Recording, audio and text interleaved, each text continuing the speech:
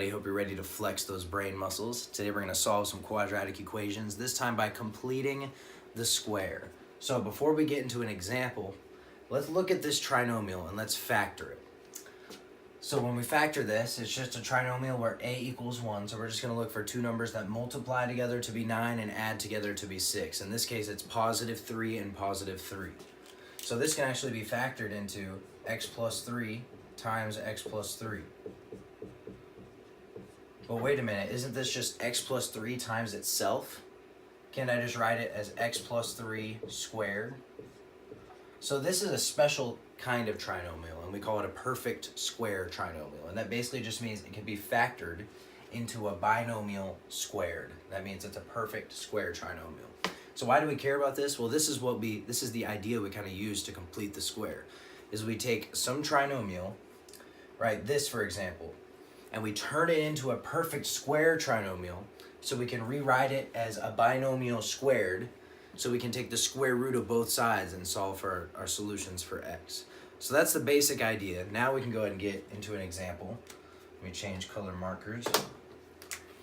Alright, so solve x squared plus 4x minus 21. Again, we're trying to make this look like a perfect square trinomial. So the first step, what I always do is I always move the constant over. I want just the stuff with x by itself on one side of the equals and the constant on the other. And I think this is generally what everybody does. It just makes it a little easier to deal with. So basically I'm going to add 21 to both sides. So I have x squared plus 4x equals 21. I've moved the 21 over. Now I have just my stuff with x's on one side.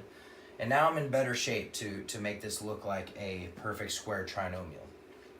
So basically you're always going to add something to both sides of the equation.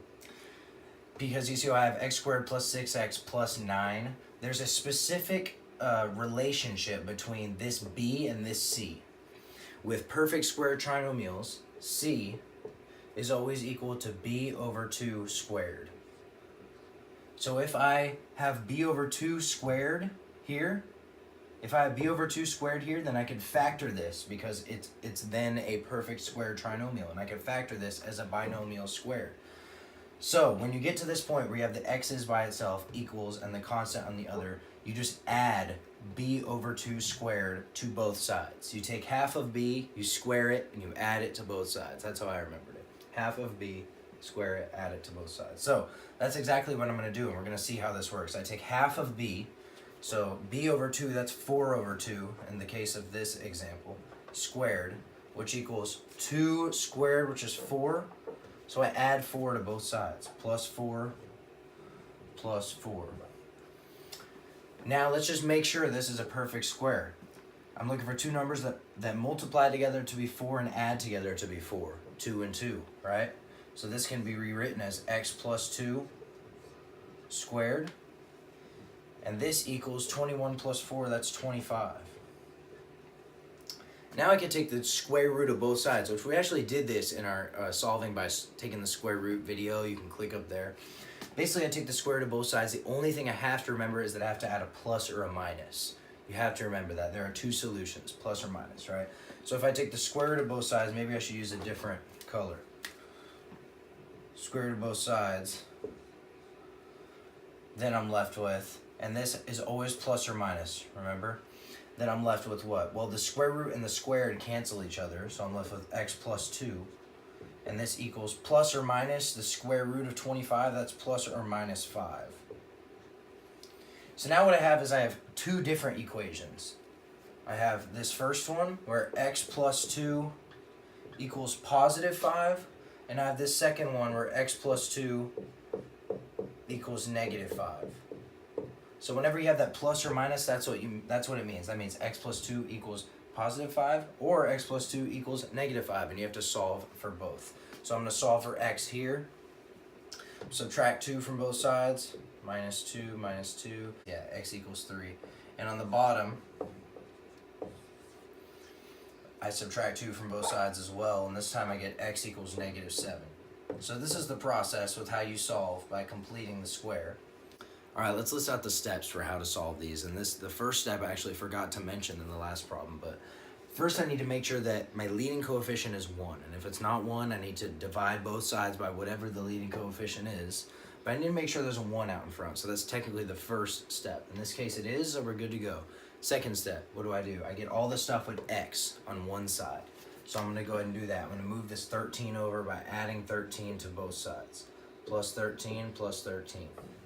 Right? I'm left with x squared minus 6x equals 13. So that's step 2. What's step 3? Well, this is when I add b over 2 squared to both sides. So what's my b in this case? B is negative 6. So I have negative 6 over 2 squared, which is actually just negative 3 squared, which is 9. B over 2 squared will always be positive. B can be negative, but b over 2 squared is always positive. So then I add 9 to both sides, plus 9. Plus 9. So now here's a little trick I'll show you. This is actually pretty cool because my fourth step is I factor. That's step 4. Factor this. But this is cool. This b over 2, negative 3, that's actually always the same thing that's in this binomial. See how the negative 3 is there? And it always works out like that. So if you're ever confused, and it will get a little tricky when there's fractions involved and it gets a little crazy, just look at what b over 2 is, and that's exactly what you write in here. So this now equals what? 22? So now what's step 5? Square root of both sides.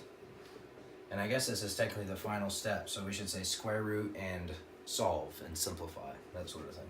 So square root of both sides, I forgot my plus or minus here. So I have equals plus or minus. So now this is what? X minus 3, because my square root cancels the squared. So I have x minus 3 equals plus or minus root 22. So now what? If I add 3 to both sides, right? I'm trying to get x by itself, so I'll add 3 to both sides, plus 3 plus 3. I'm left with x equals 3 plus or minus root 22. And this is actually usually a good answer. You can usually leave your answer like this. You can maybe check to see if you can simplify this radical. But it's good to at least understand that this is 2 solutions for x. We have one solution where x equals 3 plus root 22, and our second solution where x equals 3 minus root 22. But this is good. Okay, what's step 1? You need to make sure the leading coefficient is 1. It's not 1 in this case. So what do? I divide both sides by 2, and that'll make the leading coefficient 1.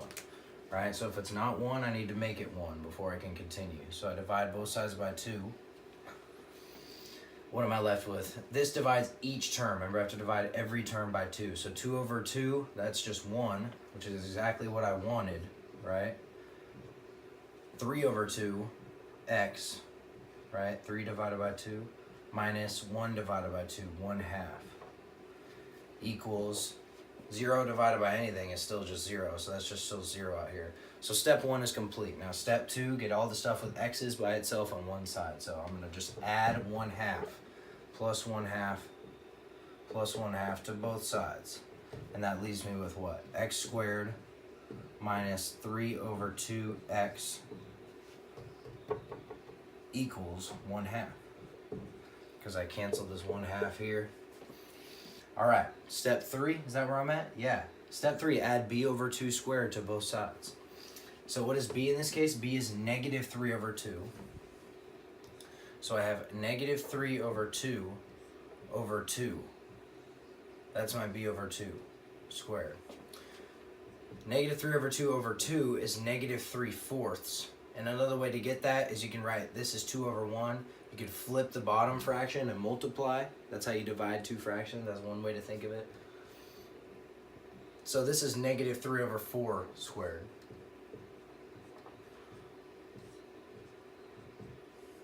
Now what does this come out to be? 3 times 3 is 9. 9 over 16.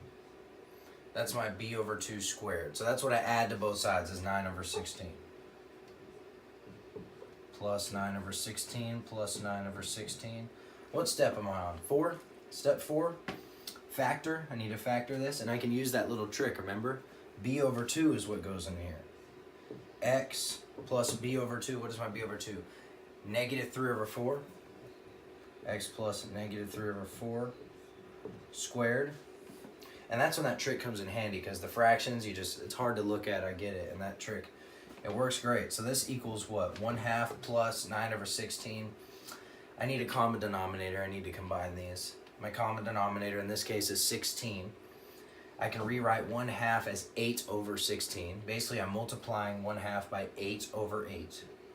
8/8 multiplying, and that gives me 8/16. So this equals 8/16 plus 9/16, which equals 17/16.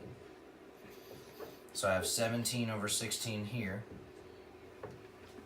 Now I'm on my last step, step 5, square root both sides and simplify and solve for x. So square root both sides, plus or minus, and that leaves me with what? This squared cancels with the square root, and I'm left with x minus 3/4. And that equals what? Plus or minus. So I'm going to split this up, and I'll show you why. Root 17 over root 16. And the reason I did this is because we know the square root of 16 is 4. So I'm basically rationalizing my denominator without having to even multiply by anything. Just by splitting it up, I can make the denominator rational, right? So I'm going to go ahead and rewrite this as plus or minus root 17 over 4. Okay? So now all I have left to do is add 3/4 to both sides. So my final answer, hopefully y'all can see down here, x equals, if I add 3/4 plus 3/4 plus 3/4, and I'm going to write the 3/4 in the front just because I think it's a little prettier. So plus 3/4 I'm writing in the front, plus or minus root 17 over 4. And you could write this under the same denominator too, but both are the same answer. And there we go. And remember, these are two solutions for x. So, alright guys, hope that helped. If you have any questions, please leave them below. If you enjoyed, hit the like button. Check out my other videos. If you still need help, hit subscribe and keep flexing those brain muscles. Keep making those brain gains. Thanks for watching.